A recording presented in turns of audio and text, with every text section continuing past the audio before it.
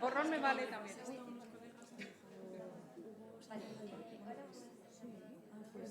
Sí, sí, sí. Pues me hablamos de tres palabras. Sí, de la carrera. La carrera. Luego hicimos el mismo, la misma él estudia ambientales. Eso, sí. Bueno, él hizo la doble, yo hice ambientales.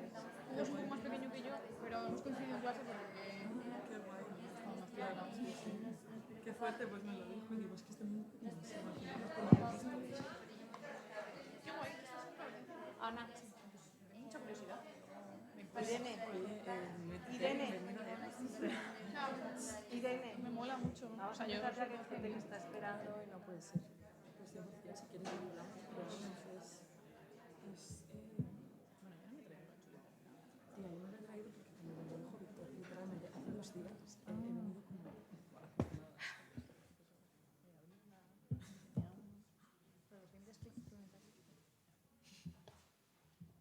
Hola, hola.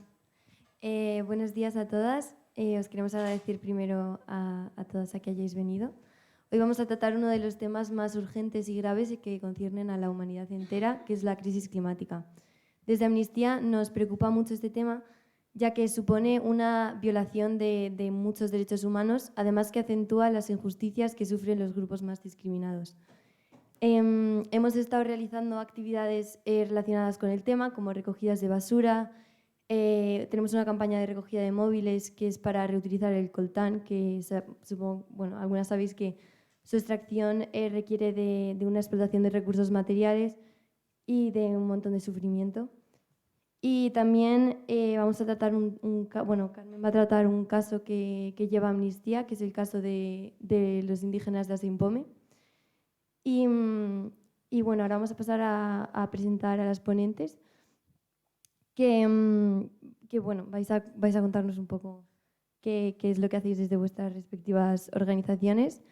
Y primero tenemos aquí a Paula Ortega, que es de Rebelión Científica, a quien queríamos dar un especial agradecimiento, ya que en el último momento ha podido venir, porque la persona que iba a venir pues no podía.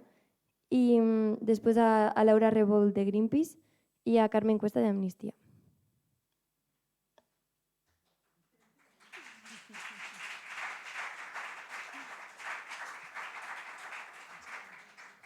Bueno, buenos días.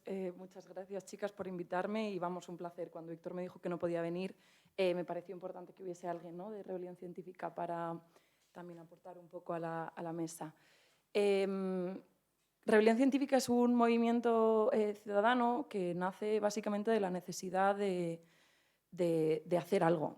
Es un grupo de personas de la comunidad científica y académica que estamos en nuestros despachos generando datos sobre la situación climática que vivimos, sobre la pérdida de biodiversidad, y que hay un momento en el que decimos, no puede ser, tenemos que hacer algo más aparte de dedicarnos profesionalmente a ello.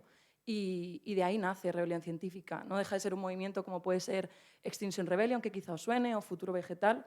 Es un movimiento de desobediencia civil no violenta, esto es súper importante, que lo que busca es concienciar, activar a nuestros gobiernos para poder tomar medidas serias para frenar la situación de crisis en la que estamos viviendo.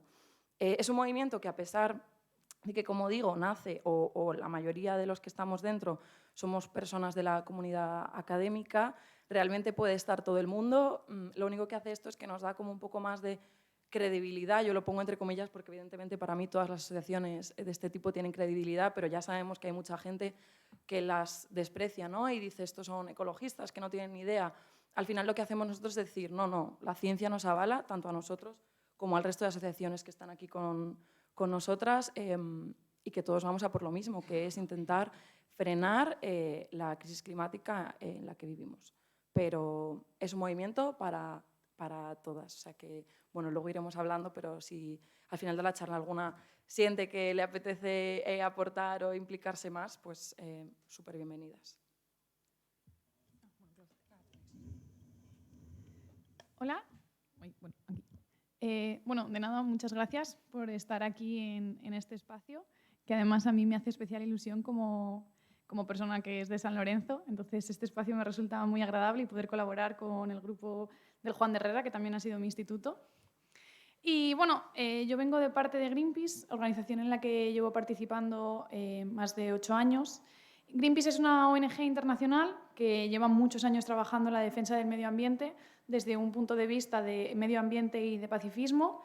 Es una organización que, al tener una visión global, siempre actúa con pensamientos más internacionales a través de la crisis climática, defendiendo espacios que a lo mejor no tienen personas que viven físicamente para poder actuar o defender esos intereses.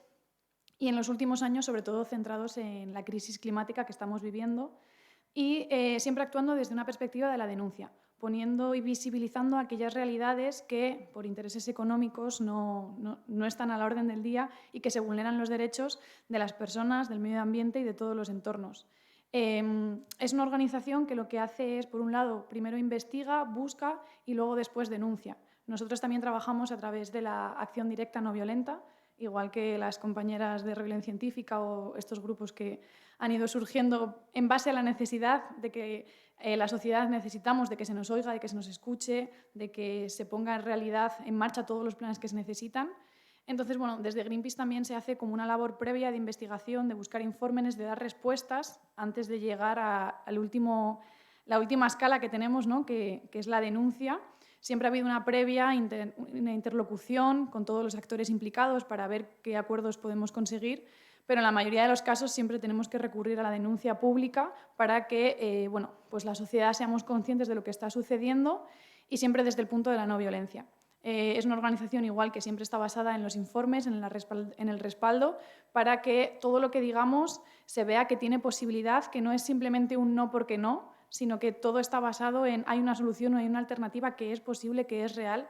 Lo único que hay que hacer es tener el interés y el esfuerzo por cambiarlo, sobre todo desde las grandes corporaciones, que las políticas realmente sean eficientes, porque ahora lo hablaremos en la sesión, pero estamos en un momento de una crisis ecosocial que va más allá de una crisis climática, porque nos afecta a las personas en el modelo de vida, en cuanto a la calidad de vida, la dignidad, nuestra integridad, y que tenemos que ponernos a actuar de manera inmediata, porque realmente tenemos mucho en juego. Y lo mismo que comentaba Paula, si alguna persona estáis interesadas, Greenpeace también tiene voluntariado en Madrid, no tanto en la sierra, pero sí en el centro de Madrid. Hacemos muchísimas actividades de cara un poco a la visibilización en espacios públicos, trabajo. Entonces, cualquier persona que esté interesada en dar un paso más allá, como involucrarse, por supuesto, después podemos hablar y estaremos encantadas. Hola, yo soy Carmen Cuesta, soy activista de Amnistía Internacional del grupo local de Villalba y también tengo algo que ver con el grupo escolar del Instituto Juan de Herrera. Me han dicho que explique lo que es Amnistía Internacional.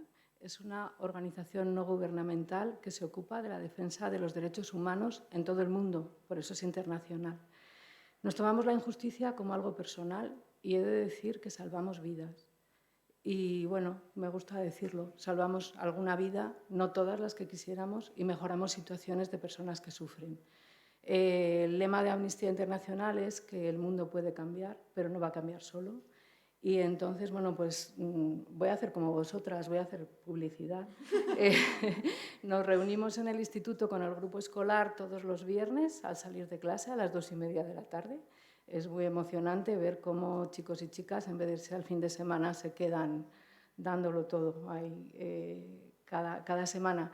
Y en el grupo local de Villalba, que hacemos un trabajo de activismo muy profundo y muy activo, muy agotador muchas veces también, pero con muchas ganas, estamos los jueves alternos en el centro de juventud que hay al lado del Decathlon, enfrente del Carrefour. Mira, estoy haciendo propaganda. Y estáis invitados. Es un grupo de verdad muy interesante. Y de momento no voy a decir más, que ayer me dijeron que no me enrollara mucho, pues ya está. Pues muchas gracias, Paula. Muchas gracias, Paula, Laura y Carmen. Ahora vamos a pasar a explicaros un poco cómo va a ser el acto. Y es que en Amnistía siempre intentamos mejorar las actividades para que cada una sea mejor que la anterior. Así que el objetivo de hoy es que sea lo más dinámica posible y conseguir que todas y todos podáis participar en algún momento. Así que vamos a comenzar con 2 dinámicas que os vamos a explicar ahora, que involucran a todo el mundo.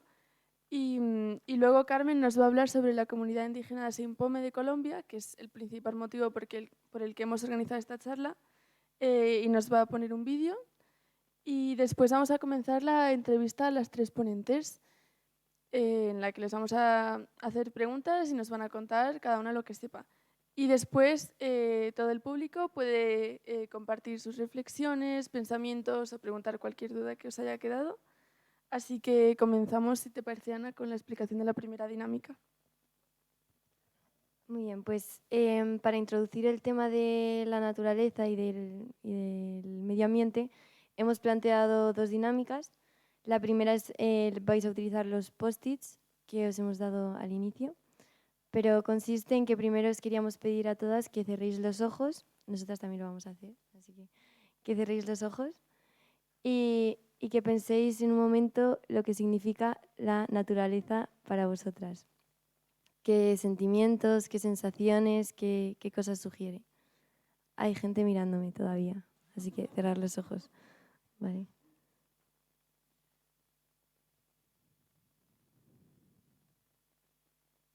Pueden ser imágenes, olores, lo que sea.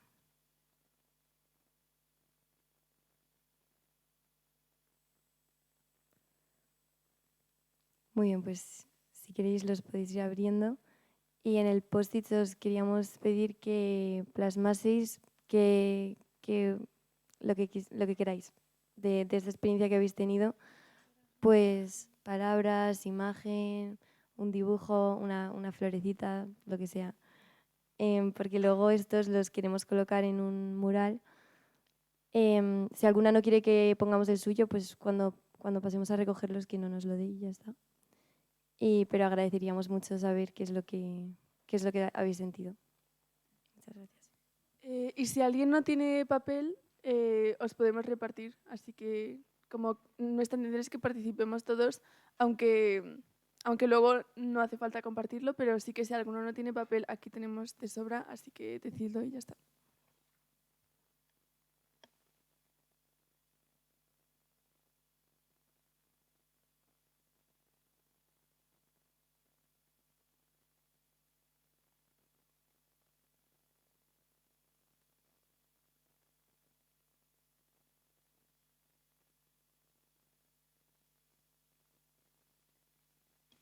En el otro papel que os hemos dado junto con el post-it, la intención es que al final de la charla nos digáis un poco alguna opinión, alguna crítica, cualquier cosa que opinéis sobre cómo hemos organizado el encuentro, porque mediante esta medida que tomamos conseguimos que cada actividad sea mejor y las vamos mejorando. Así que si alguno quiere contarnos un poco una opinión o cualquier comentario, esa es en el otro papel.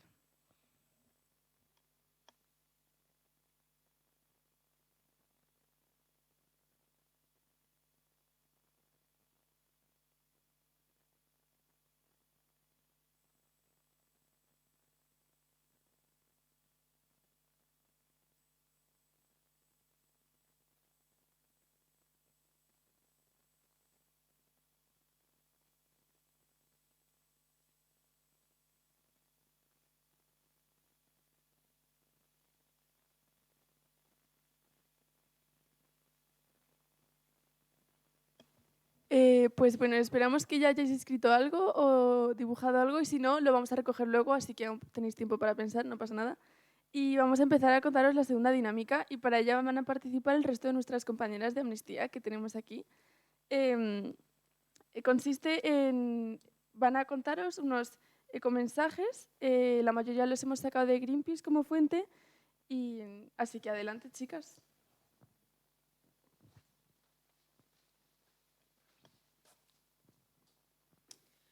La situación es mala y está empeorando. El cambio climático provocado por la humanidad se está acelerando e intensificando.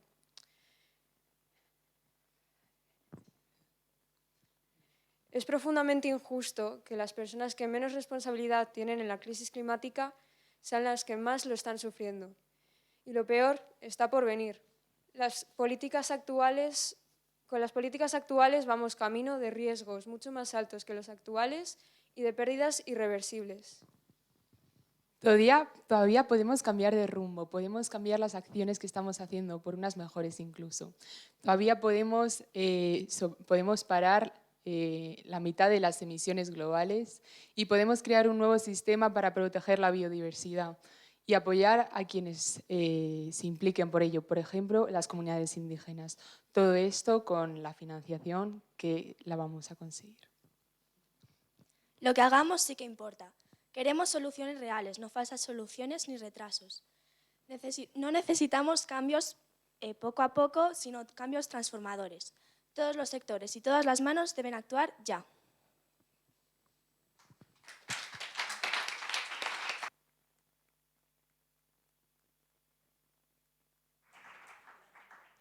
Gracias, Ángela, Ana y Olivia, por ponernos un poco en situación. Queríamos utilizar estos mensajes como introducción al tema. Y ahora damos paso a Carmen, que nos va a hablar sobre la comunidad indígena.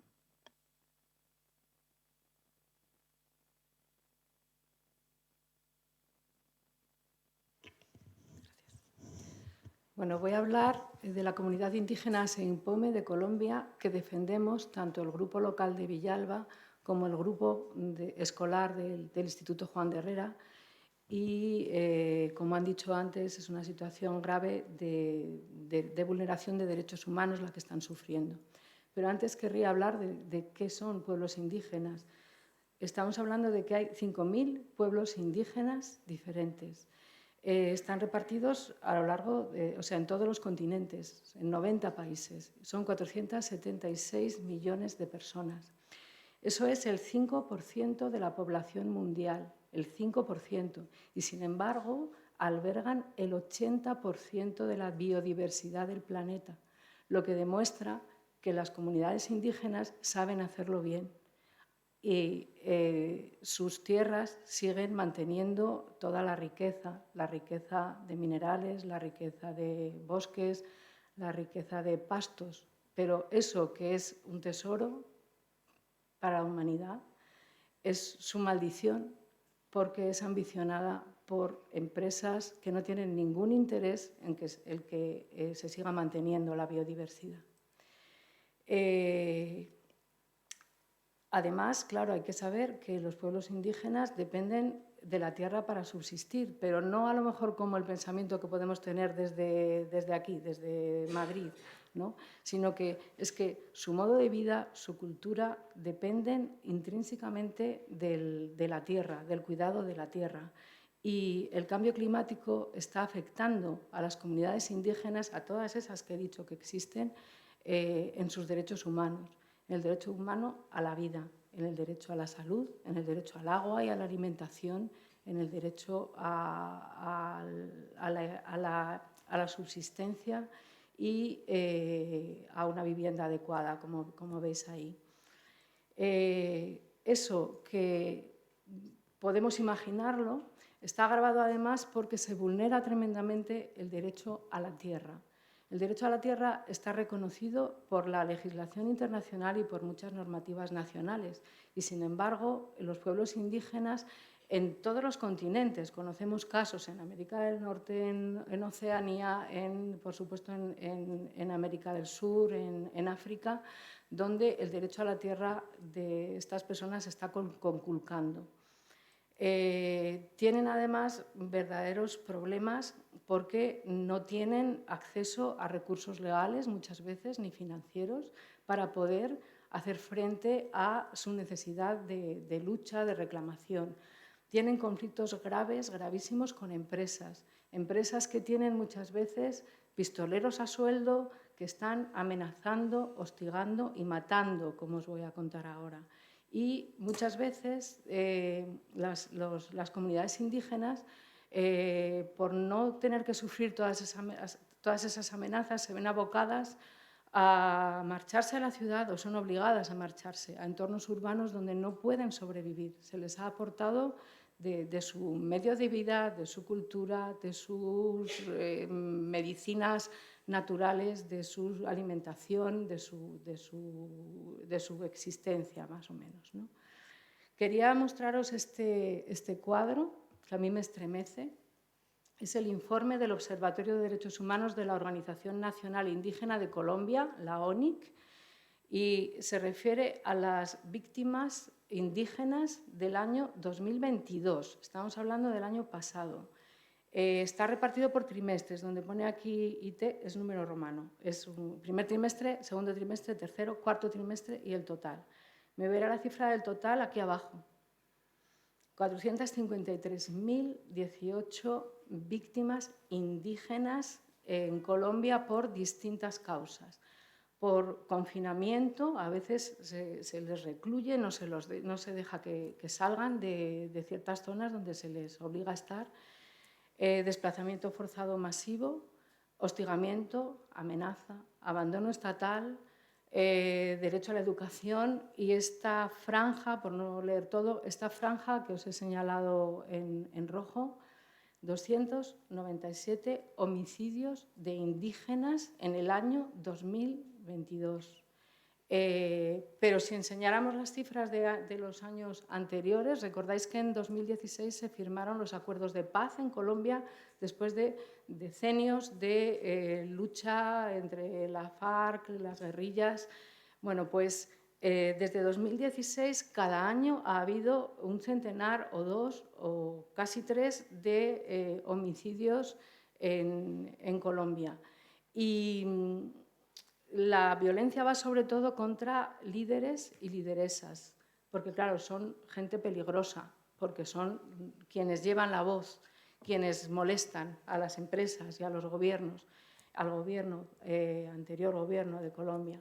Bueno, pues de esa cifra altísima de homicidios de la que estoy hablando, un 70% tienen que ver con el derecho a la tierra. Por eso nos parece una situación muy grave. Hablo ya en concreto de la comunidad indígena a la que defendemos, ASEINPOME. Es un nombre muy raro, nos cuesta trabajo haberlo aprendido, pero son siglas, es un acrónimo de Asentamiento Indígena El Porvenir en el Meta. El Meta es este departamento, ¿lo veis ahí cómo lo señalo? Este departamento sale vale, en Colombia. Y esta estrellita que os he puesto ahí es donde está esta comunidad, en el municipio de Puerto Gaitán.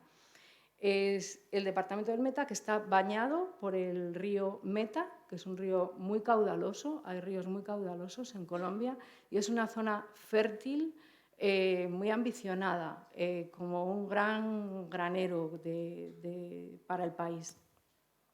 Y aquí, bueno, las fotos que voy a poner son fotos contrastadas de Amnistía Internacional de esta comunidad a partir de ahora. Las anteriores no son todas de la comunidad ASEINPOME. Estamos hablando ahora mismo de 42 familias de la etnia Sicuani Cubeo que reclaran legalmente su territorio ancestral.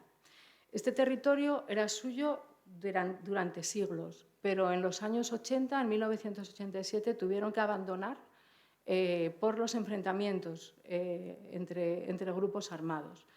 Pudieron volver después, un tiempo, pero en el año 2000 otra vez se vieron obligados a marcharse a lo que he dicho antes, a una exclusión social y vital de lo que es su esencia. En el año 2013 murió un empresario, Víctor Carranza, aquí lo tenéis, un hombre muy poderoso, el esmeraldero lo llamaban porque tenía un gran negocio de esmeraldas, se decía que tenía la esmeralda más grande del mundo, y había ocupado la tierra para explotación ganadera, una superexplotación ganadera. Murió en 2013, pero su familia decía que las tierras eran de ellos y que ahí se quedaban. En 2014 hubo una legislación especial en Colombia reconociendo el derecho de los pueblos indígenas al territorio ancestral. Y aprovechando eso, la comunidad ASEINPOME decidió regresar a Puerto Gaitán y recuperar el asentamiento del Porvenir. Y ¿qué pasa? Que no tienen todavía una legislación en sus manos, aunque sí que se han dado ciertos informes de que sí, de que tienen derecho, todavía siguen luchando. Pero mientras luchan, están sometidos a lo del cuadro ese que os he enseñado antes. Hay asesinatos, hay incendios de sus casas, hay matones por las calles que amenazan, hay allanamientos de moradas, hay miedo, hay mucho miedo. Ellos dicen, los pueblos indígenas, Sicuani y Cubeo, somos invisibles para el gobierno colombiano. Las autoridades no nos han protegido ante los ataques y las amenazas que hemos sufrido durante años. Pero más que lo que yo os cuente, hemos pensado que queremos que lo cuenten en directo. Entonces, también, aparte del grupo de Villalba y del grupo escolar del Juan de Herrera, defienden este caso en el grupo local de Palencia, de Amnistía Internacional, y también en Noruega. Y en Noruega pudieron ir en otoño, en el último otoño, allí a estar con estas personas y grabaron este vídeo. Bueno, luego comentáis si queréis cómo es. El que habla es Joel Chipiaje, que es esta persona de la fotografía, y dura 3 minutos nada más. ¿Apagamos las luces para que se vea bien? Han sido amenazados de muerte, han sufrido intentos de secuestro, han incendiado sus casas y cosechas, ha habido asesinatos. Amnistía Internacional ha viajado a Colombia para apoyarlos. Son la comunidad indígena Aseimpome.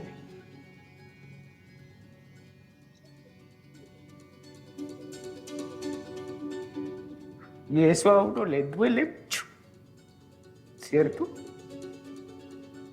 Nos viola nuestro derecho así como indígenas que somos. Solo desean vivir en paz donde han vivido siempre, pero no pueden hacerlo porque grupos armados quieren sus tierras. Desgraciadamente, esta es una situación común para los pueblos indígenas en Colombia. ¿Qué pasaría si nosotros no tuviéramos tierra? Perderíamos nuestra tradición, nuestra cultura, no valíamos nada como indígenas, no nos reconocen como indígenas.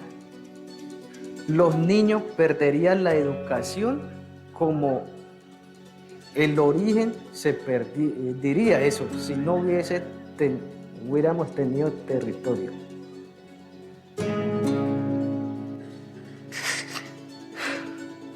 Yo nací en medio de un desplazamiento. Mi padre caminó de miedo, luchando por nuestros antepasados y lo que ya no están.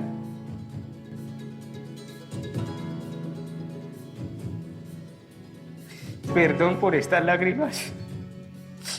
Estas lágrimas son de fuerza, del valor que seguimos nosotros defendiendo y luchando. Venía persona a dispararnos. Teníamos miedo, ¿cierto? Por eso este collar lo utilizamos para nuestra defensa, nuestra espiritualidad, ¿cierto? En venir a quemar nuestra vivienda, a tumbar nuestros cultivos, a mandar a alguien a amenazar a nuestro papá, mamá, niño o a uno como líder. Entonces nosotros tenemos que protegernos espiritualmente para que no nos pase nada. El mayor sueño que tengo yo es de estar con mi familia en paz.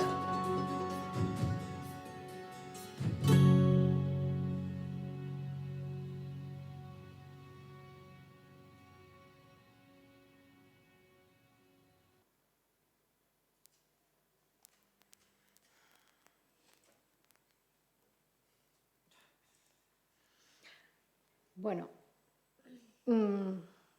de esto estamos hablando y de lo que tiene que ver con la biodiversidad. Amnistía Internacional, respecto a los pueblos indígenas, defiende su conocimiento del medio natural y vital para proteger el medio ambiente y abordar el cambio climático, y además apoya la reclamación de sus tierras ancestrales y exige a los estados leyes para proteger sus tierras, sus culturas y sus medios de sustento, y que cumplan la Declaración sobre los Derechos de los Pueblos Indígenas de la ONU de 2007, en la que Amnistía Internacional también intervino, para que se respete y se pida siempre un consentimiento previo, libre e informado respecto a cualquier decisión sobre estas comunidades. Y no sé, bueno, aquí está Laura, la noto respirar así un poco, bueno, que se nos encoge un poco el espíritu, a mí por lo menos, y entonces, ¿qué podemos hacer desde aquí? Bueno, pues el grupo escolar el año pasado diseñó estas preciosas postales para mandar ánimo a esta gente. Estamos teniendo dificultad para hacérselas llegar, pero las estamos juntando todas en todos los actos que hacemos. Entonces, tenemos algunas allí todavía, por si queréis mandar mensajes de ánimo a estas personas que estamos intentando que les llegue. También se puede firmar una petición online, la que han subido la agrupación de Amnistía de Noruega, está ahí. Si os metéis en Amnistía Noruega, ponéis Amnesty Noruega y buscáis indígenas, os va a salir directamente y veréis el vídeo este. O también se puede enviar una carta a la Unidad de Restitución de Tierras, que es la que tiene paralizado todo el informe para que se les dé por fin el derecho legal a la tierra. Tenemos cartas allí para que se puedan firmar y ya sé que algunas personas ya la han firmado. Por otro lado, tenemos aquí una pancarta que hemos hecho para darles ánimo.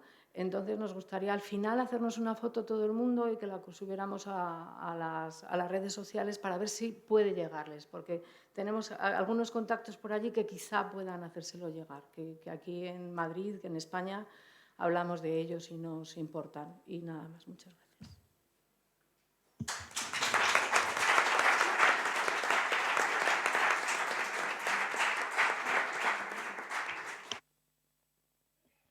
Bueno, pues muchas gracias, Carmen, por la presentación y por el vídeo. Ahora vamos a pasar al turno de las preguntas que os vamos a ir haciendo. Y lo primero que os queríamos preguntar es sobre vuestra herramienta de actuación, sobre cómo realizáis el activismo desde cada organización y hacia quién va dirigido. También nos gustaría saber que nos expliquéis un poco qué es el ADNV, que ya habéis utilizado y que hemos visto que lo usáis en vuestro discurso y que nos informéis sobre eso y que por qué lo utilizáis y por qué es importante.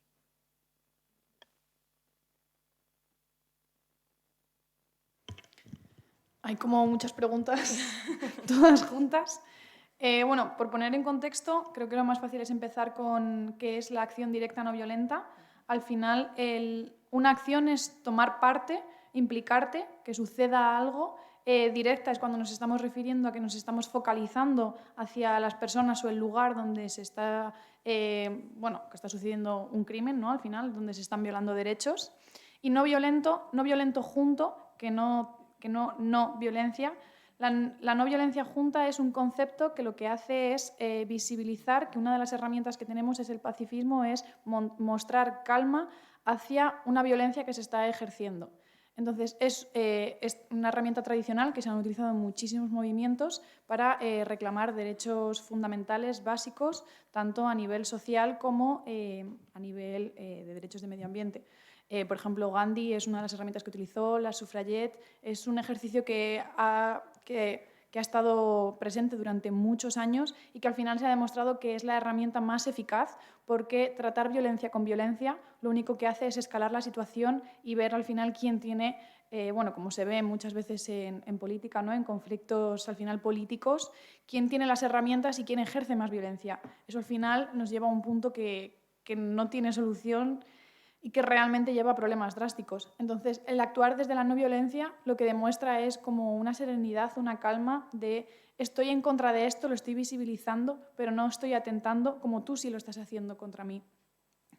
Por eso, las organizaciones de desobediencia civil es nuestro principal eje. Que quede claro que no tenemos en contra a nadie, sino que lo único que estamos haciendo es visibilizar aquello que es básico, que es un derecho que se está violando y que no se está cumpliendo. Desde Greenpeace trabajamos el activismo desde hace muchos años, ¿no? Como que se ha ido transformando, pero también un poco como comentaba al principio, primero se localiza un conflicto, se localiza un problema, algo que consideramos que no se está bien. Somos una organización política y económicamente independiente. Esto lo que nos da la capacidad es de poder denunciar sin tener miedo a que haya intermediarios que nos puedan quitar la capacidad económica o que nos puedan de alguna manera disuadir, como en otros espacios ocurre. El depender única y exclusivamente de personas socias que quieren aportar y que confían en la causa y que por cuestiones de tiempo o de vida no pueden estar directamente implicadas, sí lo pueden hacer de manera económica y lo que hacen es dar las herramientas para que otras personas sí lo puedan llevar a cabo. Entonces, al ser económica y políticamente independientes, primero se hace una investigación, se hace una recopilación de informes para recabar toda la información necesaria, cuáles son todos los actores que influyen, cuáles son todas las consecuencias, cuál es la realidad.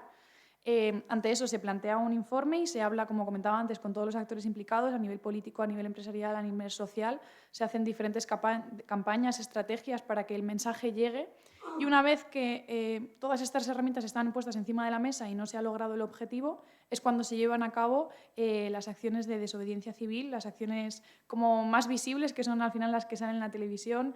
Escaladoras de Greenpeace han descolgado una pancarta en ciertos espacios públicos, bloquean la entrada al ministerio, siempre dirigiéndonos a las personas responsables, que son las que tienen la herramienta de cambio o que son las que pueden de alguna manera interaccionar para poner fin al problema en concreto. Las personas que llevamos a cabo todas estas acciones somos personas voluntarias, que lo único que estamos haciendo es, de alguna manera, también poner en riesgo nuestra libertad, porque muchas veces esto va a cuenta de multas administrativas, incluso por la vía penal, porque ahora los organismos políticos están viendo que cada vez hay más personas que estamos implicadas, que esto no va a parar, y entonces la herramienta que tienen es una contundencia penal, una contundencia económica de poner multas muy altas, también empezar a meter cuestiones penales.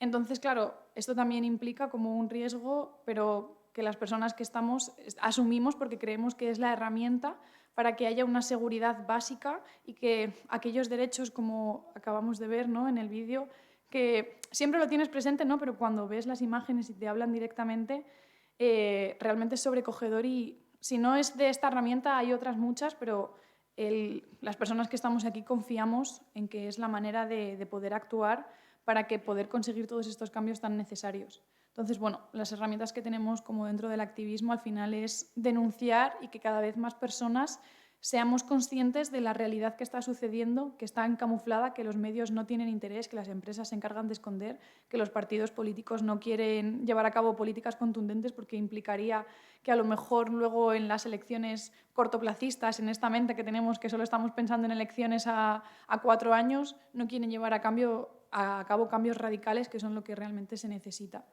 Entonces, pues visibilizar y que cada vez más personas veamos cuál es el foco, la raíz y poder empezar a cambiar. Bueno, Laura ha explicado súper bien qué es lo de eso, porque muchas veces se ven las siglas, ¿no? Es ADNV, Acción Directa No Violenta, que al final es la herramienta que utilizamos la mayoría. Yo creo que también hay una cosa importante, que es que mucha gente le genera mucho rechazo, ¿no?, esta desobediencia civil, ¿no? Es que ¿por qué no hay que hacer caso a las leyes? Bueno, es una manera de también retirar el apoyo al sistema, ¿no? Nosotros consideramos que el sistema no está haciendo las cosas bien, pues yo te retiro mi apoyo, entonces voy a hacer desobediencia civil, siempre, como decía Laura, no violenta. Y también hay mucha exaltación, ¿no?, con las acciones que se hacen, que siempre están muy, muy pensadas, muy calibradas. Hay mucho trabajo detrás de las acciones que se hacen para que de verdad el efecto no sea nocivo, para que de verdad la gente no salga perjudicada, que ¿no?, hay una especie de imaginario colectivo en el que se piensa que son 3 personas que han cogido y han dicho esta mañana pues vamos a tirar pintura aquí. No, para nada. O sea, hay muchísimo, muchísimo trabajo detrás de cada una de esas acciones. Pero aún así hay mucha gente que se pregunta, ¿no? Que ¿por qué? ¿Por qué hay que recurrir a esto? Aparte de, efectivamente, que es la herramienta que se ha usado en luchas históricas, la jornada de 8 horas se consiguió gracias a acción no violenta.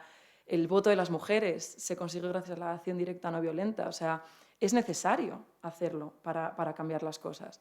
Y bueno, a nosotros nos gusta mucho utilizar siempre un símil, que es, imaginaros que estáis teniendo una cena con vuestros amigos en casa, ¿no? Estáis tomando una copita de vino y entonces de repente yo subo a buscar más vino porque se ha acabado y veo que la habitación del fondo de la casa está en llamas. Y entonces yo bajo, ¿no? Y en vez de coger y decir, jo, que está en llamas, no, yo me vuelvo a sentar y simplemente comento, no, bueno, está en llamas una habitación, pero yo me vuelvo a servir mi copita de vino y seguimos todos charlando. Y se acaban las aceitunas y entonces yo me levanto a por aceitunas y ya no solo está la habitación, sino que está todo el pasillo en llamas. Pero yo vuelvo a bajar y yo tranquilamente, no, también se incendió el pasillo, pero todo bien, tal. Claro, a la tercera vez que yo vuelvo a subir y veo que ya está toda la casa, o sea, que corremos peligro, que es que los cimientos de la casa se van a hundir y ya me dice todo el mundo, no, hombre, pero ¿cómo no has avisado antes? No, yo he avisado, pero simplemente hemos seguido cenando tranquilamente. Este símil es muy bueno porque ¿cómo se espera que actuemos como si no pasara nada si la situación es tan grave? ¿No? Lo que hay que hacer es salir y decir, oye, que es que la casa está en llamas y si la gente sigue cenando, pues se la arrastra fuera porque es que estamos en peligro. Y esto es un poco la historia de la acción directa. O sea, vemos que la casa está en llamas. Y ya no es por nosotros, si nosotros pues estamos, pero es por todos, o sea, nuestra casa, que es la tierra en la que vivimos todos, está en llamas. Pues lo que queremos y lo que buscamos con estas acciones es sacar a la gente a rastras, decir, tío, que de verdad esto es importante, que de verdad esto es urgente. Y si no actuamos conforme a la gravedad de la situación que vemos, es muy difícil, o creemos que es muy difícil, que la gente entienda la gravedad de la situación.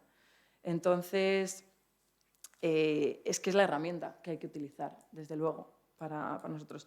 Y luego, en cuanto a quién va dirigido, ¿no? Que era otra de las preguntas que hacíais, a todo el mundo, yo creo, o sea, como a quien quiera escucharlo. Realmente está claro que muchas veces nos movemos en cámaras de eco, que nos vamos a rodear de gente que piensa igual que nosotros, pero al final este mensaje es para todas las personas que les preocupe un poco. Hay gente que no va a querer escuchar por mucho que se lo digas de muchas maneras y gente que lo vas a comunicar muy mal y te va a querer escuchar.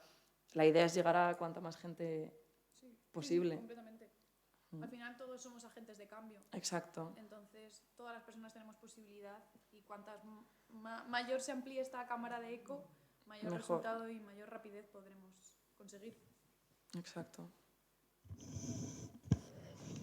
Bueno, el método que ha explicado Laura se parece mucho al método de Amnistía. Amnistía Internacional realiza unas investigaciones muy serias, muy sesudas, muy lentas muchas veces, nos parecen, pero necesita tener evidencias. Hay, de hecho, laboratorio de evidencias. Por ejemplo, se está investigando sobre la vulneración de derechos humanos por la guerra de Ucrania, por ejemplo, pues, con mucha seriedad. ¿Qué se hace después? Pues se elaboran informes que son muy respetados en todo el mundo. Siempre se están esperando los informes anuales de Amnistía Internacional, porque podéis ir mirando ahí, país por país, cómo está la situación del año. Y una vez que se ha informado, se pide a la población que también actúe. Ya sabéis que el método de Amnistía Internacional fundamentalmente es por la firma. Las firmas están, como he dicho antes, salvando vidas y mejorando situaciones. Me ha llamado la atención esto que comentáis, bueno, que ya sabemos, y Amnistía Internacional precisamente ahora está muy preocupada por la represión de la protesta. Y hay una campaña que empezó el año pasado hablando del derecho a la protesta, porque no es solo en España, las protestas están siendo muy molestas en todo el mundo, porque se evidencian injusticias, se evidencia que el sistema no funciona y hay muchos intereses detrás. Entonces, si queréis también firmar esa campaña que está online, es el derecho a la protesta. Y no sé si se puede añadir más. Nosotros, a ver, Amnistía Internacional no tenemos unas acciones directas no violentas de ese tipo, tienen otro calado, pero bueno, pues por ejemplo el domingo estuvimos en Madrid protestando contra el sistema que nos parece que Amnistía ha dicho, y también la ONU, que es apartheid de Israel contra el pueblo palestino, ¿no? Entonces, bueno, hacemos actuaciones en la calle, pero con mucha prudencia. De hecho, a la activista de calle nos parece que a veces es demasiada la prudencia de Amnistía Internacional, pero parece que es un método que va funcionando a paso de elefante, que decía nuestro amigo Angelino, que veo ahí, pues vamos así. Entonces vosotros vais un poco delante, se nota que sois movimientos muy jóvenes también, y en Amnistía yo creo que tenemos que seguir vuestros pasos, y una de las cosas que quiere hacer, sobre todo respecto al medio ambiente, Amnistía, es establecer alianzas con organizaciones como las vuestras, precisamente. Y otra cosa que hacemos, que también lo hacéis Greenpeace, yo creo que Rebelión Científica también, es educación en derechos humanos, centrándonos mucho en ir a centros escolares, a sociedades, a colectivos y Casa de Cultura. Aquí nos reciben siempre fenomenal para hablar de temas de derechos humanos. Pues muchas gracias a las tres por compartir con nosotros. Ahora nos gustaría, porque otra duda que nos surgió mientras preparábamos estas preguntas en la reunión de Amnistía es sobre la situación actual. O sea, cómo está ahora mismo, hoy en día, la situación, si hemos mejorado algo, cuáles son las expectativas.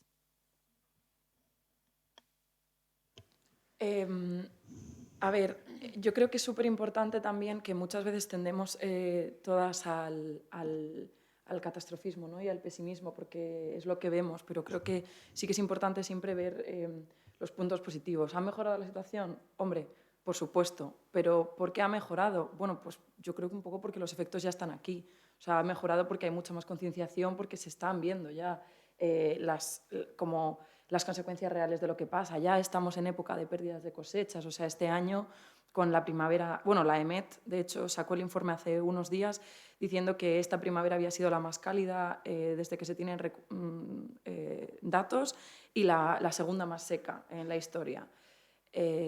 Dicho por la EMET, eso son fuentes fiables. Entonces, los agricultores, por ejemplo, ya hay zonas en las que el Jerte, por ejemplo, la cereza está destrozada. O sea, hay agricultores que ya se están planteando no cultivar la tierra el año que viene.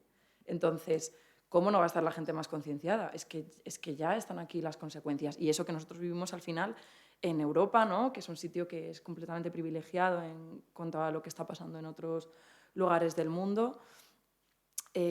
Bueno, la situación es mala, pero ojo, gracias a espacios como este que estamos creando ahora mismo, pues al final se van tejiendo redes, se van creando, que también un poco con lo que decía Carmen, ¿no? Cada asociación está focalizada en una cosa, pero lo bonito, lo guay es que entre nosotras podamos generar este tipo de espacios para coordinarnos también, para cada una cumplir con su nicho y poder seguir generando conciencia, porque estamos a tiempo de hacer cosas, pero hay que tener voluntad y sobre todo hay que ser mucha gente presionando y diciendo que no, que por aquí no, que ya está bien, que no queremos seguir este camino.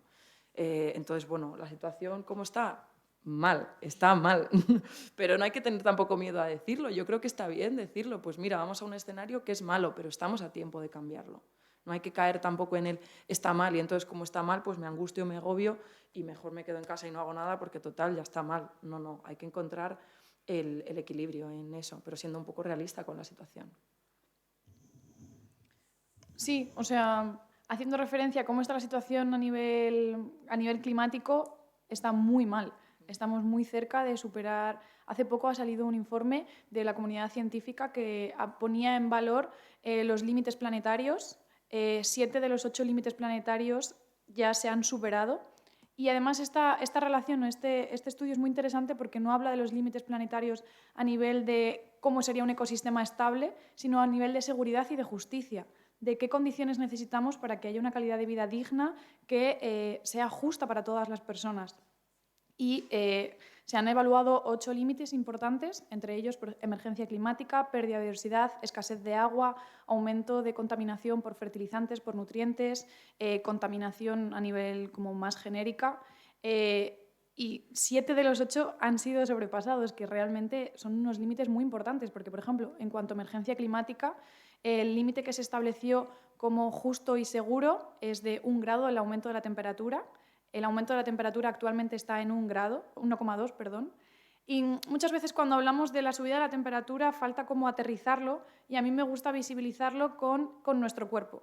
Cuando tenemos fiebre, la temperatura más o menos ideal son los 36,5 grados, 37 está rozando el límite. De hecho, con la pandemia lo hemos visto muy fácil, ¿no? A partir de 37,5 grados, quédate en casa porque hay algo dentro de tu cuerpo que no está funcionando de manera correcta, y ha subido 0,5 grados. Si nos vamos al grado de temperatura, estamos con 38. Con 38 probablemente puedas ir a trabajar al instituto o lo que sea, pero bueno, ya estás en unas condiciones de no me encuentro bien. 38,5 grados, que sería ese 1,5 de subida, estás en casa. Pero es que si subimos a los 2 grados, que son los 39, vete al hospital. Y ya los 3 grados, que es el escenario que más o menos no queda tan lejano según los estudios, son 40 grados, estás ingresado porque tienes un grave problema, tu sistema está corriendo riesgo. Entonces, esto si lo aplicamos a cómo funcionan los ecosistemas, cómo funciona la biodiversidad, es exactamente igual. Por eso es tan importante mantener el límite del aumento de la temperatura, porque es lo que va a permitir que no haya unas grandes variaciones, no haya unos grandes cambios climáticos, no en sí porque sean un problema, sino por la capacidad que vamos a tener nosotros como especie y el resto de seres que viven en el planeta, que no somos la única, que a veces se nos olvida, no somos la única especie que vive en el planeta. No tenemos espacio y tiempo para mitigar y adaptar todas estas condiciones. La falta de agua, como estamos viendo este año en España, bueno, en muchísimos sitios. Realmente hay unos problemas a niveles de base, de clima, de cuestión de cómo se va a mantener la vida, que están muy limitados, pero sin embargo aún estamos en ese espacio de tiempo en el que casi todos los informes, el IPCC, en el último informe que sacó, ya también lo decía, tenemos las herramientas, tenemos la tecnología, solo falta la voluntad de que las políticas que son necesarias, que son radicales, que implican cambios, se apliquen. Si llegamos a eso en el tiempo, todavía estamos en el espacio para poder adaptar y de alguna manera mitigar todo lo que va a venir, porque ya hay una parte que no va a desaparecer, que vamos a tener que aprender a convivir con ella. La primavera ya no va a ser lo que es la primavera, vamos a pasar a tener 2 estaciones, o verano o invierno, va a haber climas extremos, va a haber escasez de agua, va a haber migraciones de personas, pérdida de diversidad. Esto es un hecho, pero vamos a ver cómo no sigue aumentando y cómo podemos hacer para que la calidad de vida sea lo mejor posible, porque aún tenemos estos espacios para estar a tiempo, para actuar, para cambiar, porque dentro de 10 años, como mucho, es lo que se llama el punto de no retorno, ese 2030, 2035, pero estamos en ese espacio y yo creo que la humanidad tenemos la capacidad, y cuando nos aunamos y cuando realmente tenemos un objetivo común, realmente se llegan a conseguir escenarios que parecen prácticamente imposibles, y con todas las alianzas, con todos los grupos que han salido, toda la colectividad que se está viendo, que se está uniendo, creo que realmente se visibiliza todos estos cambios y todos estos proyectos que están surgiendo, que son súper interesantes y que tienen esa capacidad real de cambio para poder minimizar todos los impactos que nos van a venir, que son un hecho y que es una realidad. No, simplemente voy a decir que es que hay temas en los que estáis perfectamente documentadas y yo no voy a añadir más, me parece. Vale, gracias.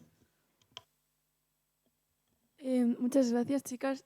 Tenemos aquí nosotras de apuntes una larga lista de malas noticias que hablan sobre la sequía, la escasez de agua, los combustibles fósiles o los jets privados, pero tenemos 2 noticias buenas que me parece que es conveniente leeros, porque muchas veces solo se cuenta lo mal que va todo, y hay un punto en el que si solo se cuenta de forma pesimista parece que no hay forma de cambiar las cosas. Entonces puede incluso llevar a que la gente piense que, bueno, si está todo tan mal, pues es que no hay nada que hacer, ¿no? Pero el mes pasado de diciembre se aprobó un Real Decreto de envases que, a pesar de sus numerosas excepciones, obligaba a los comercios a dejar de vender frutas y verduras envueltas en plástico. Que, bueno, probablemente muchas de vosotras ya os habéis dado cuenta de que ahora eso va cambiando, pero es una buena noticia que esté regulado. Y por otra parte, los gobiernos del mundo han acordado en la ONU un Tratado Global de los Océanos. El acuerdo permite a los gobiernos crear santuarios en las aguas internacionales de todo el mundo, lo que hará posible proteger el 30% de los océanos para el 2030. Este es el mínimo necesario, según la ciencia, para que los océanos y la vida marina se recuperen. También contribuye a garantizar el sustento y la seguridad alimentaria de los miles de millones de personas de comunidades costeras que dependen de ellos. Esta es considerada la mayor victoria de conservación jamás vista y una señal de que en un mundo dividido, proteger la naturaleza y las personas puede triunfar sobre la geopolítica. Y estas dos noticias a mí la verdad es que me dan mucha esperanza y no son un signo de que ya todo esté bien y ya no hay que hacer nada, sino de lo contrario, de que es posible cambiar, pero hay que luchar mucho para ello. Así que, Ana, continuamos la entrevista. Muy bien, gracias por esas noticias y a vosotras por la contribución. Pero siguiendo con el guión, queríamos hablar sobre los beneficios que hay detrás del cambio climático y si tiene alguna, nosotras hablándolo en el grupo escolar estuvimos hablando mucho de negacionismo y de qué se puede estar buscando con las políticas actuales que niegan la evidencia del cambio climático. ¿Qué se busca?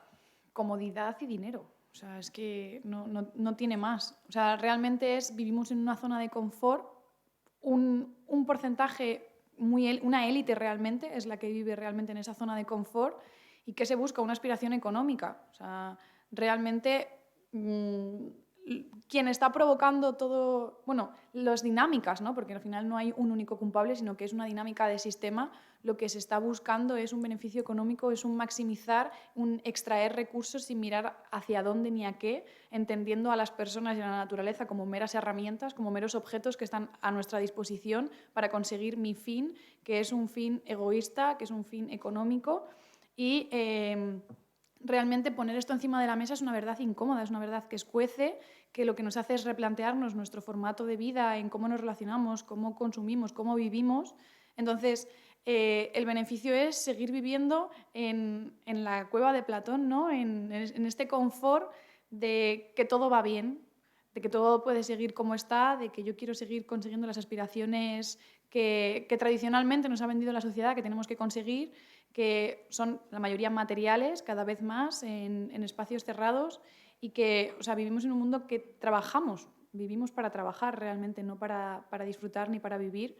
Entonces, al final es este eje, el seguir acumulando, el seguir teniendo materialismo, el que nos está llevando al contexto en el que estamos, por resumir.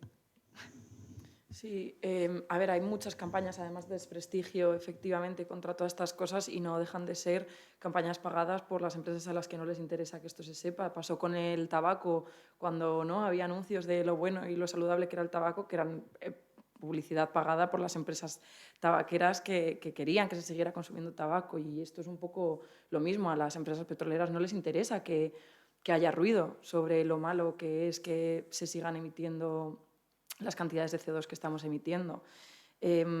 A nosotros que nos gusta, bueno, el IPCC, que lo ha mencionado antes Laura, que es, no sé si por si acaso no lo sabéis, que es la máxima autoridad ahora mismo en cambio climático, es un organismo científico que se dedica a recoger toda la bibliografía, todos los informes que hay que puedan afectar tanto social como económico como ambientalmente a lo que se engloba en la idea de cambio climático, y saca informes anualmente. Nunca se quiere mojar, es una autoridad que suele ser como muy políticamente correcta, y este año, en el último informe, literalmente, y cito, el crecimiento constante es incompatible con los límites biofísicos. La única forma de evitar el colapso climático es alejarse de este tipo de sistemas.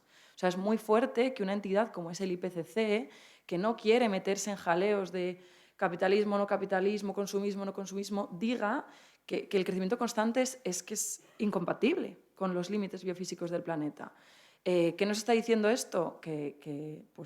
Pues que no se puede seguir así, que no podemos seguir creciendo, que efectivamente no podemos seguir metidos en la cueva diciendo, bueno, nosotros seguimos produciendo y sálvese quien pueda, porque no está bien.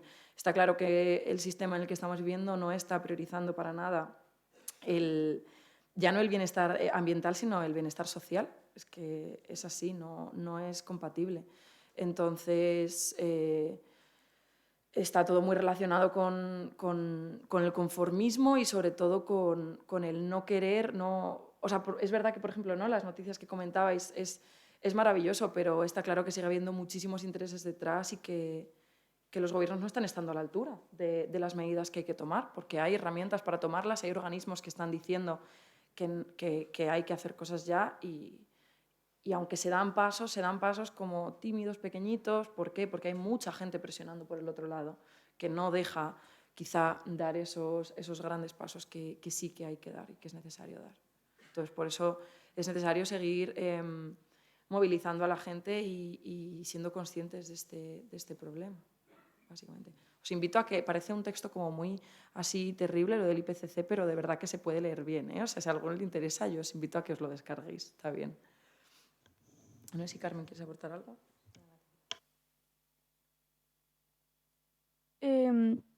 Pues continuamos hablando de la ecoansiedad. Queríamos preguntar qué significa y qué relación tiene con vuestra lucha por el clima, si os mueve, si es algo que al contrario, que os bloquea.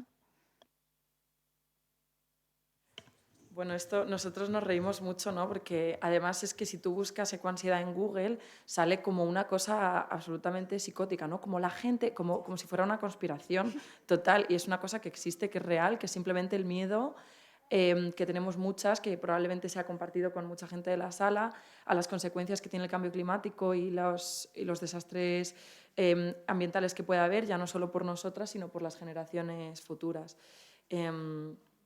Y es una cosa que le pasa a mucha gente. Yo lo comentaba esta mañana, ¿no? Estábamos ayunando mi familia y yo, y digo, es que yo hay veces que tengo que quitar las noticias o que tengo que pasar un vídeo de Instagram porque no me sienta bien, porque yo sé que si lo veo me voy a pasar un rato muy malo, porque soy consciente de todos los problemas que hay y me agobian y me angustian.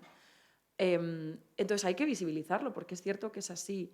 Pero ¿cuál es la herramienta, ¿no? Quizá para dejar de tener ecoansiedad? Pues el activismo. O sea, hacer cosas, sentir que no estás parado, pues eso, ¿no? Como comentaba también antes, yo estoy haciendo la tesis en biodiversidad y yo veo lo que hay, entiendo lo que está pasando, veo la gravedad del asunto. Yo no podría sentarme en mi sofá simplemente a esperar a que pase algo. Pues se sale, pues te mueves, pues te rodeas de gente que entiende también la importancia de lo que pasa. Hablas con gente, te sientes arropado en esa angustia vital de qué es lo que va a pasar y te sientes mejor. Y ya no solo porque sientes que igual estás haciendo un cambio y que estás generando algo, sino porque efectivamente te ves rodeado de gente que está en la misma situación que tú, a la que también le preocupa y eso siempre como que anima, sí, anima un poco. Entonces, la ecoansiedad existe, no pasa nada si la tenéis. Yo os invito a que os rodeéis de gente que también la tiene y así os sentís un poco menos solas. Sí, completamente. O sea, yo creo que cualquier persona que esté implicada o que tenga un mínimo de conocimiento tiene unos niveles más o menos altos de coansiedad y que al final es lo que nos mueve. O sea, al final esa impotencia, esa rabia, esa angustia son emociones que son movilizantes, que son las que te hacen actuar. Si te sientes cómoda, si estás a gusto, no tienes la necesidad de implicarte. Y ecoansiedad es, cada vez que ves el tiempo, decir, es que estamos en abril y hay 30 grados, o sea, de estar mirando continuamente el tiempo y decir, ¿qué vamos a hacer en julio? O estar fregando, o sea, a mí, por ejemplo, el tema de fregar es que me produce una angustia de decir, es que estoy gastando agua que podría beber otra persona para limpiar un plato. El agua de la cisterna es agua potable. Es como... cosas como tan sencillas, ¿no? Que como que en tu día a día vas pensando, o igual yo estoy haciendo el máster en cambio climático, en cómo afecta a la agricultura, al estar continuamente leyendo noticias sobre la falta de alimentos que va a haber y estar comiendo y decir, es que yo ahora mismo estoy comiendo, tengo el privilegio de tener verduras, de tener fruta a mi disposición y hay otras personas que no las tienen. Entonces, ¿cómo lidias con esto? ¿Cómo te vas a dormir por la noche habiendo leído un montón de artículos, viendo el colapso?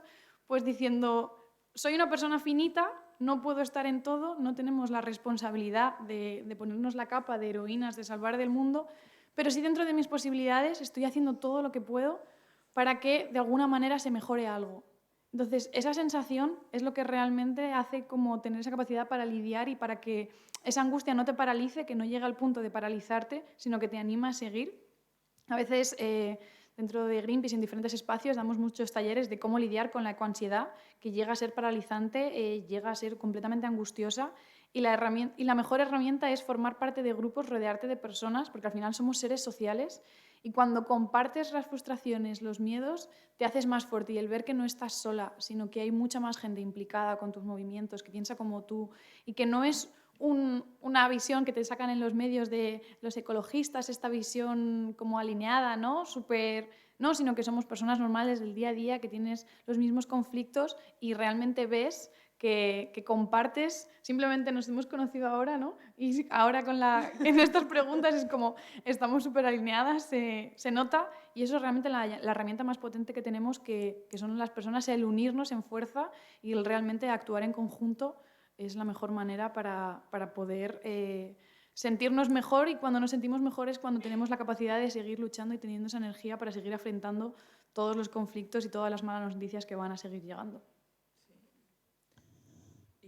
Y quería aportar justo que además cuando has dicho, ¿no?, lo de que somos personas finitas, creo que es súper importante que seamos conscientes de esto, porque muchas veces también las grandes corporaciones tienden a responsabilizarnos a nosotros, ¿no? Eso, hay gente volando con su jet privado 4 veces al día, pero tú no uses pajita de plástico porque, tío, estás siendo súper malo con el medio ambiente. Entonces, por ejemplo, desde Rebelión Científica, pero un montón de movimientos, uno de los principios que tenemos es intentar no responsabilizarnos. O sea, cada uno hace hasta donde puede. Hay mucha gente que no se quiere meter en movimientos de este tipo porque piensa, ay, es que yo tengo un coche, tío, me van a juzgar. No, al revés. Justo, o sea, 1 es más que 0. Como si coges el coche todos los días, es que somos personas que tenemos necesidades, al final todos tenemos un trabajo, una vida, unas cosas que tenemos que hacer, y eso es así, y hasta donde podemos llegar, pues llegamos. Entonces, eso sí que es súper importante también para lidiar con la ecoansiedad. Haz hasta donde puedas. Es que eso, un poquito ya es más que nada, ya ser consciente ya es más que nada.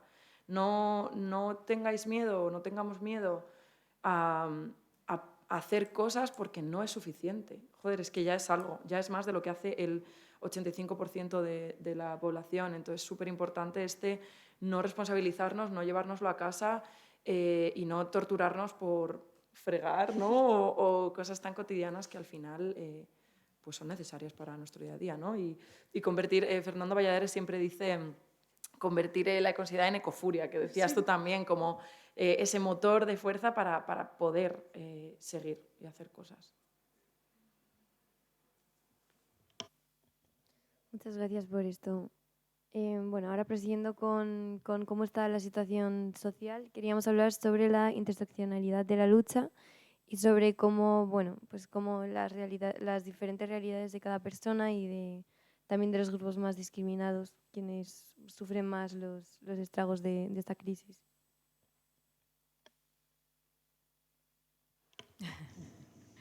Bueno, pues evidentemente el cambio climático afecta a todo el mundo, pero no afecta de manera semejante a unas personas que a otras, a unos países que a otros. De hecho, el cambio climático está generando y aumentando las diferencias entre las personas que más están sufriendo. Por eso Amnistía Internacional habla de justicia climática, por ejemplo.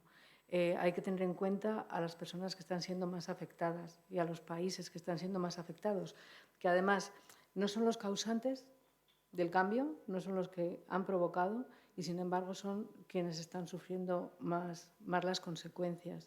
Se habla, por ejemplo, de países que tienen mucha zona de costa muy sometida al peligro de inundaciones constantes. Se habla, por ejemplo, de estos países que después del colonialismo han sido abandonados en una situación muy miserable. Hablamos, por ejemplo, de Pakistán, de las inundaciones que hubo el año pasado. Hablamos de las zonas que en las ciudades están como reservadas a poblaciones con más pobreza. Que son las que viven al lado de las incineradoras o al lado de empresas que contaminan. En el barrio de Salamanca no vas a encontrar en Madrid una empresa de esas, pero sí a lo mejor al lado de la Cañada Real, la incineradora de Valdemir Gómez, por ejemplo. Se habla también de que las mujeres, por tener un modo de vida en muchos lugares de la Tierra. Aquí quizá en España estamos más privilegiados, o en el mundo occidental, pero en otras zonas su modo de vida, su cotidianidad está más relacionada con la naturaleza.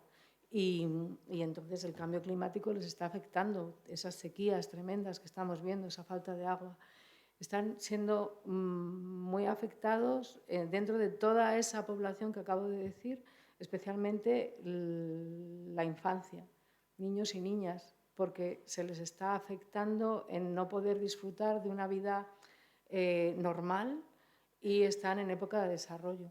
Personas también de mayor edad, también, personas con discapacidad, que tienen muchísimas menos posibilidades de poder huir, poder desplazarse, poder estar atentos a lo que está pasando, ¿vale? Entonces, bueno, a Amnistía Internacional le preocupa muchísimo eso y sobre todo está pidiendo y luchando porque se dé voz a estos colectivos en las decisiones que se están tomando, porque se habla también desde la supremacía del mundo privilegiado, que dice, mira, parece, bueno, un poco lo que estabas tú diciendo, ¿no? Parece que está empezando a haber problemas, pero quienes tienen más problemas son esos. Entonces se está pidiendo financiación para que esta gente pueda mitigar lo más posible, adaptarse lo más posible dentro de sus malas circunstancias.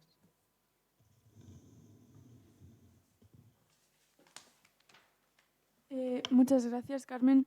Ahora queríamos preguntarle a Laura qué significa el término crisis global, que hemos oído que habéis utilizado y que es un término muy extendido, y cómo se refiere al ámbito social también. Al principio empezamos a hablar sobre el concepto de cambio climático, porque lo que está sucediendo es un cambio del clima. Poco después hablamos de crisis climática, porque ya no es que haya habido un cambio, sino que este cambio está provocando una serie de consecuencias que no somos capaces de adaptarnos, de mitigar. Y cuando empieza a ser algo que afecta en todas las partes, hablamos de crisis global, o últimamente también se habla de emergencia climática o incluso de crisis ecosocial, que realmente a mí es el término que me parece que engloba a los dos conceptos, porque va más allá de una pérdida de biodiversidad, va más allá de un cambio en las estructuras y en cómo ha ido funcionando tradicionalmente los ecosistemas, sino que también depende de cómo nos está afectando a las personas, que todos estos movimientos, ¿no? Todo lo que ha comentado Carmen, en nuestra calidad de vida realmente es lo que está influyendo. Hay muchos derechos que están siendo violados y no estamos teniendo en cuenta de que no somos la única especie que habita en este planeta, que tenemos que tener en cuenta esa perspectiva holística de que hay muchas otras áreas que están interrelacionadas y que realmente lo que no funciona es el concepto como tal del modelo. Entonces, una crisis global es aquello que afecta a todas las áreas por igual, de diferente manera, de diferente perspectiva, pero que no podemos separarlas. No podemos retirar y hablar única y exclusivamente de un tema, porque cuando hace poco hice un ejercicio que me pareció muy visual, que cada uno iba exponiendo los problemas que había, problemas de machismo, problemas de homofobia, problemas de racismo, crisis climática. Y cuando dices, vale, hemos conseguido, hemos solucionado la crisis climática, lo borras de la pizarra y dices, wow, pero es que tengo un montón de problemas detrás que siguen estando. Entonces es cuando hablamos de que hay una crisis que afecta a todas las áreas y que lo que tenemos que cambiar es el modelo de vida y el concepto que tenemos en toda su perspectiva. Por eso es una crisis global, ecosocial, que trasciende los límites más de la naturaleza, que también apelan a la responsabilidad social que tenemos como personas que habitamos este planeta y no como única especie. Bueno, pues ahora volviendo al tema que hemos tratado antes, queríamos si nos pudierais contar un poco más sobre el punto de no retorno y sobre si ha llegado ya o si pues eso, perspectivas que vemos. A ver, esto es un poco tramposo porque la ciencia climática es muy, muy, muy compleja y muchas veces lo que se nos, desde los sectores así de, pues eso, más negacionismo climático, se nos echa en cara que es que llevamos 50 años diciendo que ya hay punto de no retorno y que cuando llega, ¿no? Que dónde está la crisis climática. Entonces, la realidad es que no se sabe cuándo va a llegar eso. Hay una fecha aproximada, se supone que parece que el horizonte de 2030 es el que pues bueno, puede ser que sea cuando llegue, pero yo no pondría tanto el foco en cuándo va a llegar, sino, o sea, por qué es tan importante frenarlo antes de que llegue. Y es que al final los procesos biofísicos de la Tierra hay un momento en el que van a hacer que todo se desencadene. Básicamente, por ejemplo, para que me entendáis, los océanos, ¿no? Nosotros sabemos que si se calienta la Tierra se están derritiendo los polos. Bueno, que se derritan los polos quiere decir muchísimas cosas, pero, por ejemplo, una de los ciclos que se desencadena es que hay más superficie de océano, esta superficie de océano retiene más calor y entonces eso, por un lado, hace que se sigan derritiendo más los polos, por otro lado, se libera CO2 del permafrost, que es una capa finita de hielo que retiene muchísimo CO2. Como se libera más CO2, se calienta más la Tierra y esto es un ciclo sin fin estupendo. Esto es uno de los ejemplos de ciclos que tiene la Tierra que si seguimos presionando va a haber un momento en el que pues, salte y ya sea muy difícil de parar. Va a ser una retroalimentación absolutamente extrema, por decirlo así. Entonces, estos ciclos ya están ocurriendo. Lo que pasa es que están ocurriendo a un ritmo, vamos a decir, moderado. El punto de no retorno es el momento en el que todos estos ciclos se disparan y no se dispara se disparan todos y a la vez. Entonces, lo importante es evitar que más de estos ciclos se activen y que no empecemos o sea, y que no lleguemos a ese punto, porque la realidad es que no se sabe qué va a pasar cuando lleguemos a ese punto. Cosas malas, o sea, yo no quiero estar aquí cuando ese punto llegue realmente, y por el camino en el que vamos, pues lo más probable es que desde luego nosotras pues tiene pinta de que sí que vamos a estar, sí, tristemente. Entonces es importante centrarse en evitar seguir activando estos ciclos de retroalimentación que tiene el planeta. No sé si quieres aportar algo, Laura. Muchas gracias a las tres por ilustrarnos. Y la verdad es que os haríamos 1000 preguntas más y nos quedaríamos aquí horas, pero nos estamos quedando sin tiempo, así que vamos a pasar al turno del público. Y es que si ahora es vuestro momento para preguntar cualquier duda que tengáis, o no hace falta que sea una pregunta, puede ser compartir una reflexión o algún dato incluso.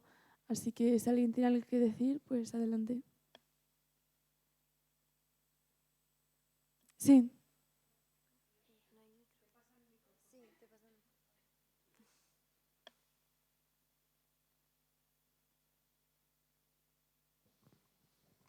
Hola, mucho se me oye. Nada, gracias a todas. La verdad es que es una gozada, es un gusto y es emocionante ver cómo gente tan joven se implica para el bien de todos. Y bueno, yo quería haceros una pregunta en paralelo, aparte de daros la enhorabuena, que es que entiendo que estáis en 3 organizaciones que se mueven al margen de la economía y de la política para no generar dependencia. Pero es verdad que también habéis mencionado que son necesarias políticas de apoyo. ¿Cómo planteáis vosotras, las 3 organizaciones, que pueda haber algún tipo de comunicación o de ayuda por parte de los políticos, que al fin y al cabo son los que llevan a cabo esas medidas?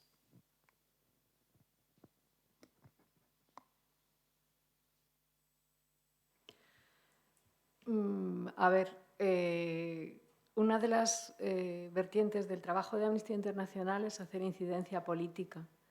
Entonces, estamos siempre con todas las investigaciones que se hacen, todo esto que he dicho de justicia climática, planteándolo a gobiernos y también a empresas para que se cumplen. Pero claro, luego ya lo que hagáis los políticos ya es otra cosa. Entonces, no sé si querías... no sé si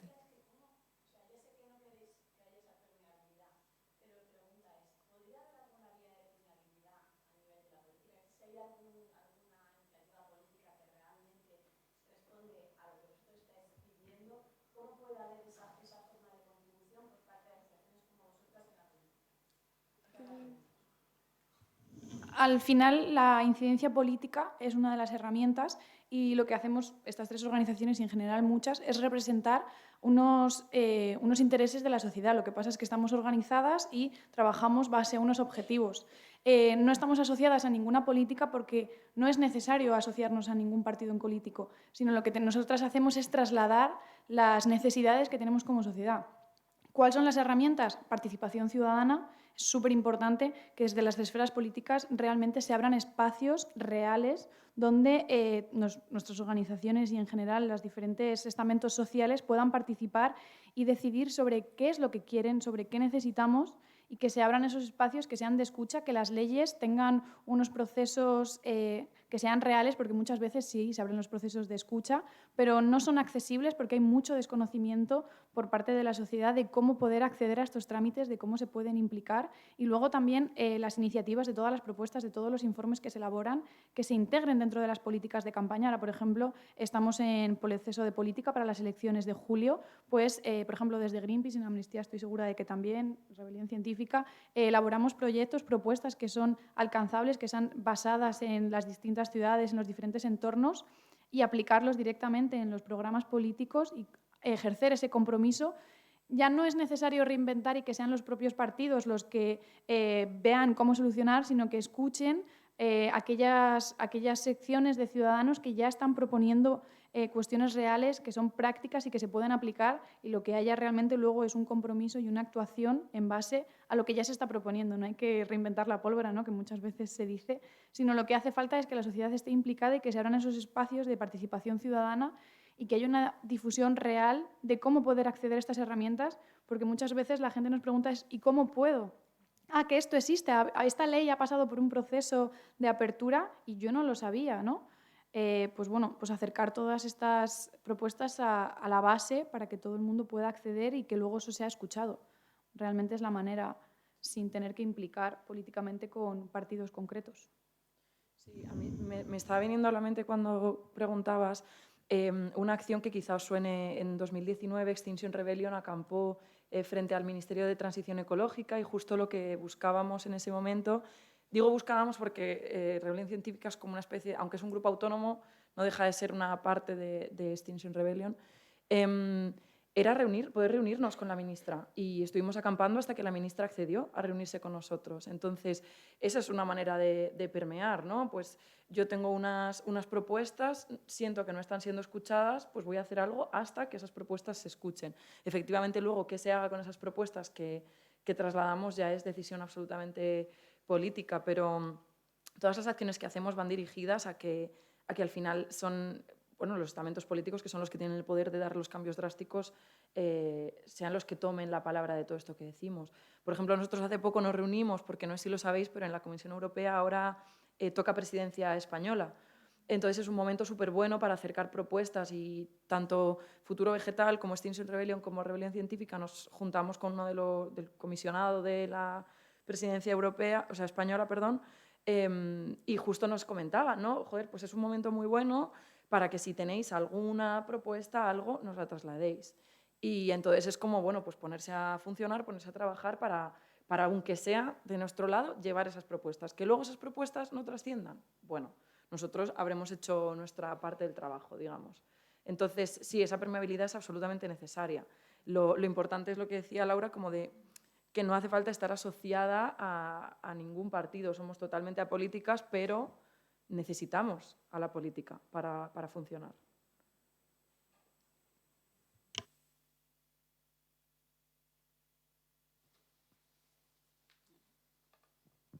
Hola. Bueno, en primer lugar, daros la enhorabuena también, que me ha parecido súper importante y súper interesante la conferencia. Y creo que es bastante interesante sacar un debate a la palestra que, bueno, me parece que puede resultar interesante, ¿no? Y se trata de que muchas veces, bueno, muchas de las asociaciones que lleváis son internacionales, no sé si Rebelión Científica es internacional también, pero muchas veces como en el nexo de estas problemáticas se dan a veces contradicciones, ¿no? Entonces, por ejemplo, con el tema bueno, pues que es verdad que en Occidente hemos tenido la oportunidad de que de industrializarnos, de que digamos, nuestra producción se lleve a cabo, pero resulta que, bueno, pues en otras zonas del mundo, ¿no? No se ha llevado, os está llevando ahora mismo este proceso de industrialización. Entonces, creo que también puede surgir aquí un dilema muy interesante en cuanto a justicia social, a justicia en cuanto a los países, porque al fin y al cabo pues, sigue habiendo una dinámica de poder, ¿no?, entre países occidentales y países que ahora están pues, en vías de industrialización. Entonces, pues eso, se quejan a lo mejor de que ellos a lo mejor están llegando ahora a esta etapa de industrialización y sí que se ven limitados su cupo de contaminación, ¿no? Mientras que en los países occidentales pues, no hemos tenido esta problemática, ¿no?, históricamente durante años y años de industrialización. Entonces, un poco, ¿cómo veis esto? Porque yo sí que veo que puede resultar una contradicción en cuanto a justicia social, hablando un poco en términos de geopolítica.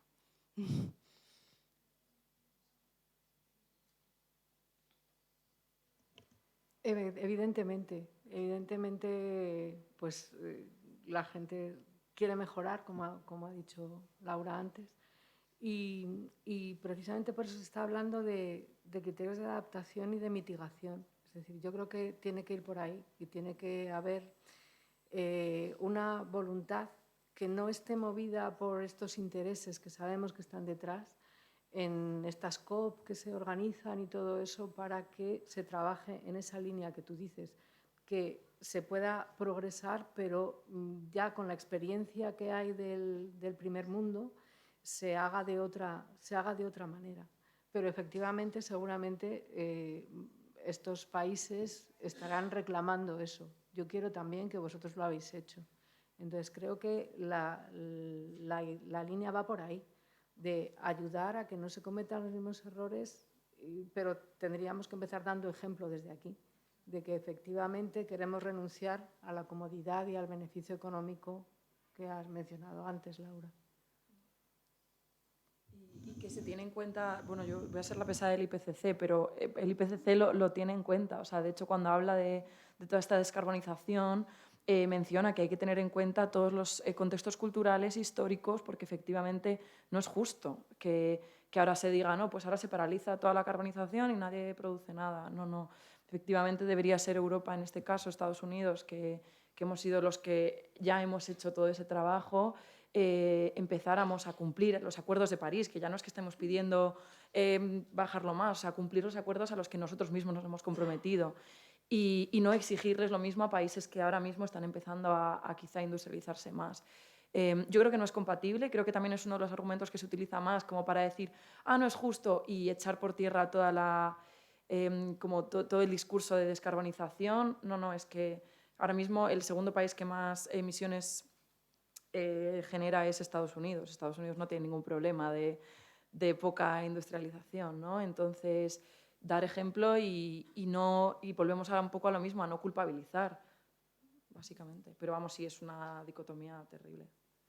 Sí, creo que también tenemos una responsabilidad, puesto que también nosotros como Occidente hemos sido principalmente los que hemos producido todos estos desequilibrios, en cuanto tenemos una responsabilidad quizás económica de poder aportar. De hecho, en la última de las cumbres que se organizaron, de los pocos consensos que se consiguieron que fueran realmente interesantes, era ese Fondo Monetario Común para poder aportar a nivel económico materiales y nuevas herramientas para que se puedan seguir industrializando sin que sea a pesar de seguir contaminando y produciendo a este sistema.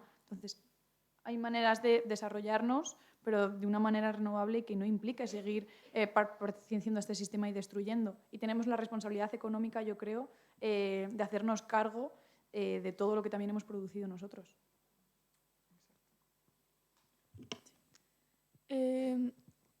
¿Alguien más tiene alguna pregunta? Si no, intentamos que sea corta, porque nos estamos quedando sin tiempo. Si alguien quiere hacer... Si no...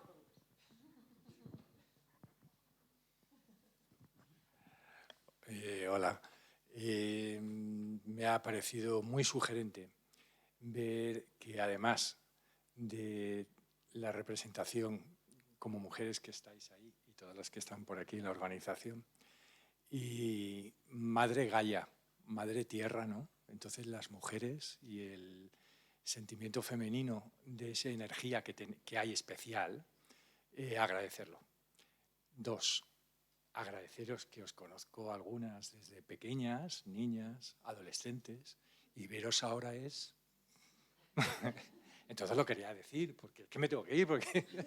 Entonces, de verdad, muchas gracias y estoy orgulloso de haberos conocido entonces y veros ahora.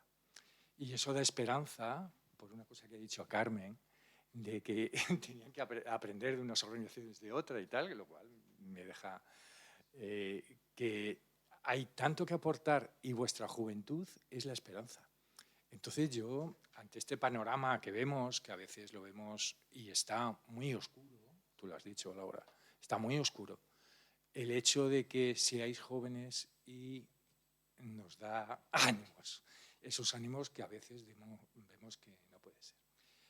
Habéis hecho unas ideas fuerza, habéis mostrado unas ideas fuerza que creo que nos tenemos que quedar, que cada uno se queda con la suya, y solo como una reflexión, que yo creo que lo habéis apuntado, pero me parece interesante. En estos tiempos se habla mucho de unidad a otros ámbitos políticos, y yo creo que acciones nacionales, internacionales, comunes en un objetivo común consensuado, y que de forma en el tiempo y en el espacio se manifiesten a través de los medios para que lleguen a las personas, cada uno teniendo su idiosincrasia, sus líneas de trabajo, que hay que mantenerlas, pero llegar a esos puntos de forma consensuada, desde arriba, desde las organizaciones, para decir esto a nivel tanto social como de medio ambiente, y que sean todos a la vez.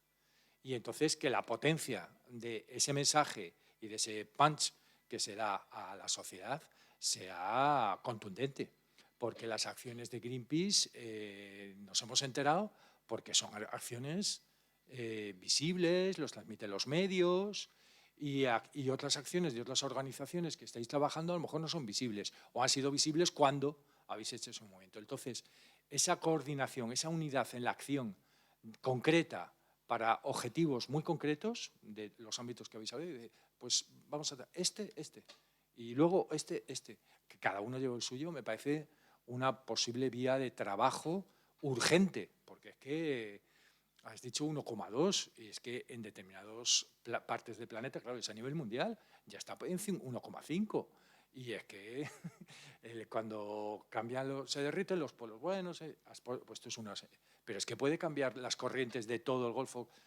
las corrientes oceánicas, que va a cambiar el clima de todo, además. Entonces, claro, es tan fuerte. Y has dicho París, pero es que desde el 92 el panel intergubernamental y la reunión de Río estaba ahí y se han hecho cosas, pero la compañera que ha dicho lo de la filtración o la permeabilidad política, hay que hacer las normas. En Alemania llegó un partido verde. Lo hemos visto la evolución y sabemos lo que consigue la política y cómo también desvirtúa, ¿no? Hay que mantener la independencia, como vuestras organizaciones hacéis. Y sobre todo esa parte social, personal, que hace, bueno, unas más que otras y que también luego incorporan lo digo por Amnistía, que incorporan también en sus objetivos como el medio ambiente, que no somos ajenos, que somos todos parte de lo mismo, ¿no? Y entonces esa justicia. Entonces yo me voy contento por veros, me voy muy, muy satisfecho porque el pesimismo está ahí y creo que gracias a vuestra acción mantenéis eso adelante. Así que muchas, muchas gracias. Bueno, pues sintiéndolo mucho tenemos que cerrar ya, ¿vale? Pero antes queríamos dar las gracias a la Casa de la Cultura por acogernos tan amablemente como siempre hace, al grupo local de Amnistía de Villalba, que bueno, siempre nos ofrecéis muchísimo apoyo en todo, así que muchas gracias. Y también muchísimas gracias a las ponentes, que ha sido bueno, genial que estuvieseis aquí, que compartáis con nosotras todas estas cosas. Y por último queríamos, bueno, gracias al público, a todas por venir, que eso siempre está genial. Y queríamos daros unos regalos que nos han llegado desde el grupo de Villalba, de Amnistía. Y recoger los papelitos, que vamos a pasar ahora a por los papelitos.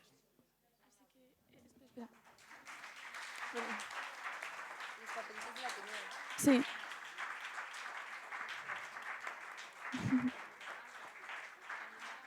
La recogida de papeles son los post-its, si alguien no lo ha dado, y los papeles en folio, que es la valoración de cómo hemos organizado el coloquio, la opinión, alguna crítica o algo así. Esto nos ayuda muchísimo a mejorar. Cuando lo hemos puesto en práctica otras ocasiones, nos motiva mucho a hacer cambios y a movernos y mejorar.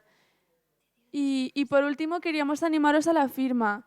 Las firmas se encuentran a la entrada del salón de actos y tenemos hojas de firmas para la comunidad Saint Pomer, si no me equivoco. Carmen, bueno.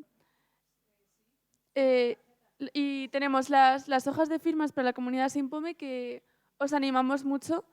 Y las postales que os hemos contado antes, que diseñamos algunos miembros del grupo el año pasado, que firmamos para conseguir que lleguen a estas personas indígenas, así que os agradecemos mucho si colaboráis. Y la foto, sí, que es en esta pancarta, así que si os importa haceros una foto antes de iros, os lo agradecemos muchísimo. Gracias.